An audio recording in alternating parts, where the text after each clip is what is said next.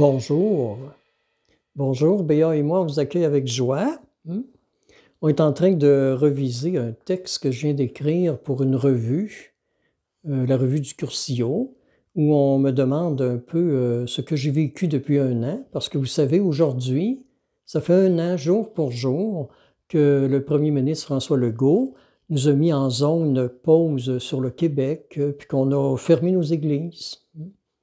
Alors, on souhaite que ça finisse bientôt, mais ça fait un an. Alors, dans mon texte que j'ai écrit, je me rappelle qu'à un moment donné, on a eu une rencontre de ressourcement pour les fraternités Jésus Caritas. Et à cette époque-là, Monseigneur Fournier, qui est maintenant décédé, qui était l'archevêque de Rimouski, était notre personne ressource. Puis il nous avait dit, je le sais, les curés, ils avaient beaucoup de réunions, mais faites donc en sorte que vos réunions deviennent pas juste des espaces de stratégie, de planification pastorale ou bien de travail, mais qu'elles deviennent surtout des lieux de rencontre avec les gens. Alors, ça me fait plaisir de vous rencontrer aujourd'hui et je vous offre le café.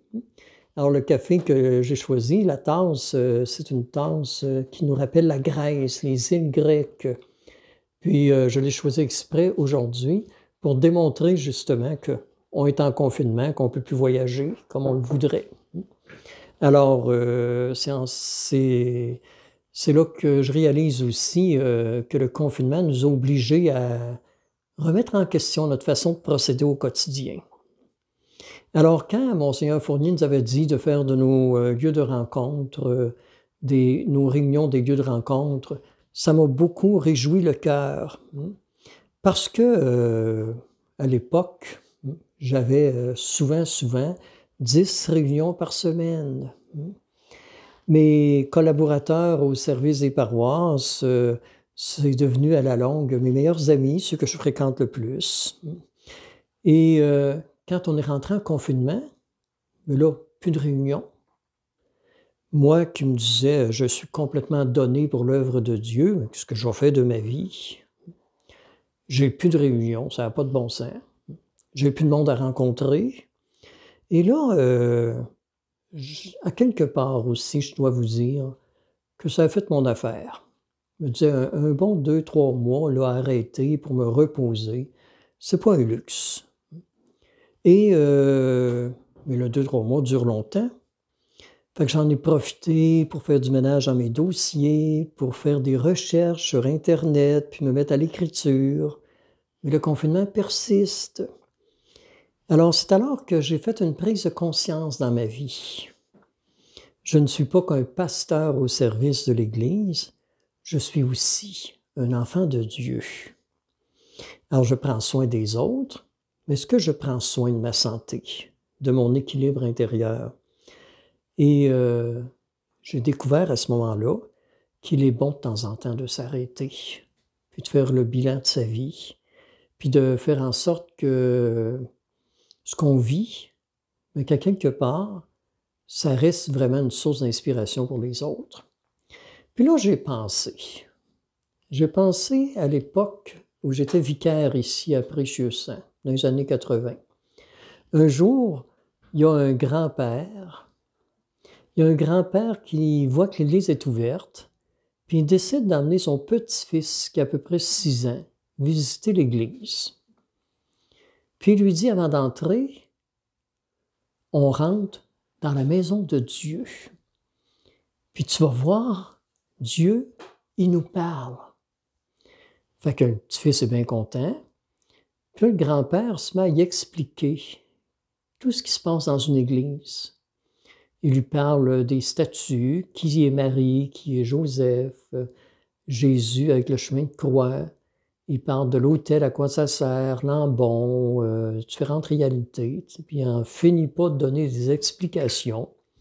Puis à un moment donné, le petit-fils, il dit, « Pépère, oui, tu veux-tu te taire? » Il dit, « Quoi?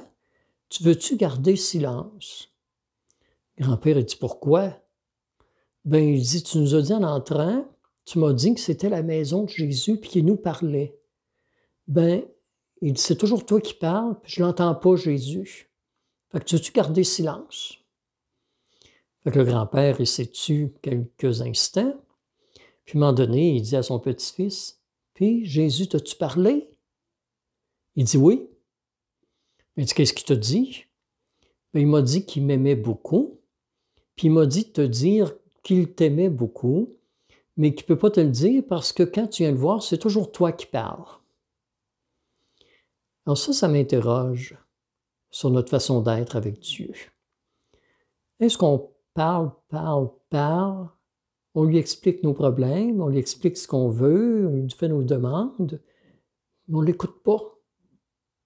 Entre vous et moi, là, nos demandes, Dieu, il les connaît. Alors, peut-être qu'on pourrait profiter de ce temps de carême pour l'écouter davantage. Je pense, en vous racontant ça encore, à un de mes amis qui, à un moment donné, vivait quelque chose de très difficile, de se séparer. Il vient me voir, puis il me parle de ce qu'il vit. C'est correct. Hein?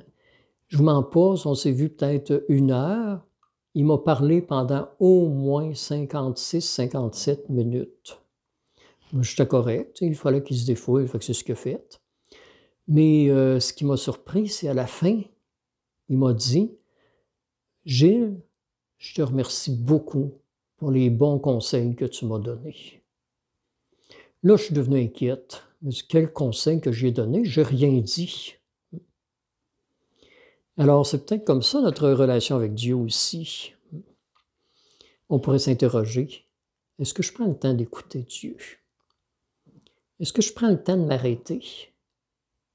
Puis prendre des temps de silence? Ou tout simplement, je me mets en cœur à cœur avec Dieu? C'est peut-être une bonne façon de se remettre en route vers le pays de la résurrection. Je conclue avec un autre grand-père qui pourrait être le même, qui se promène avec son petit-fils qui, lui, est rendu à 12 ans, sur le bord, à l'entrée d'un village.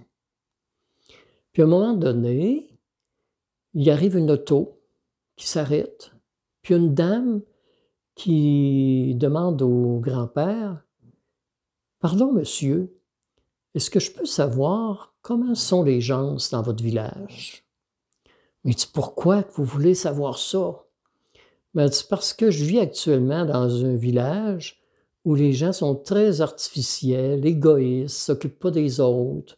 Puis je suis très malheureuse. Puis je ne veux plus rester là. Puis je ne veux pas arriver à un autre endroit où c'est pareil.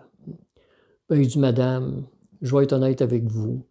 Ici aussi, les gens sont égoïstes, ne s'occupent pas des autres, sont très individualistes. » Elle dit, « Merci d'être pour moi honnête. Je vais aller chercher ailleurs. » Elle s'en va pour le bénéfice de mon récit. Arrive après ça une autre voiture, une autre dame qui pose la même question. « Comment sont les gens dans votre village? » Alors, un grand-père dit, « Pourquoi vous voulez savoir ça? » Fait qu'elle lui répond, « Parce que je viens d'avoir une promotion dans mon travail, je suis obligé de déménager. Et j'ai beaucoup de peine à quitter les gens avec qui je vis, avec mon voisinage. Les gens sont tellement bons, sont tellement pleins d'attention les uns pour les autres. Ils se respectent, ils s'entraident. Elle dit, « Je suis heureuse là, mais il faut que je déménage. » Il dit, « Madame, bienvenue chez nous. Chez nous aussi, les gens sont très respectueux les uns des autres. On s'aide, on se soutient, on est heureux ensemble. Vous allez être heureuse avec nous. » Elle dit, « Merci, ça me fait plaisir. » Puis elle rentre dans le village pour se trouver un appartement. Là, vous comprenez ma question.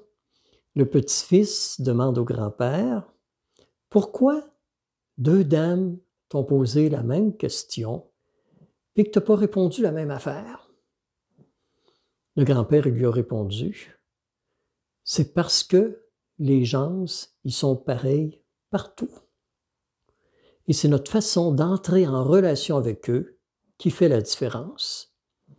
Si tu es bon, si tu es accueillant, si tu es aimable pour les autres, ils vont l'être pour toi.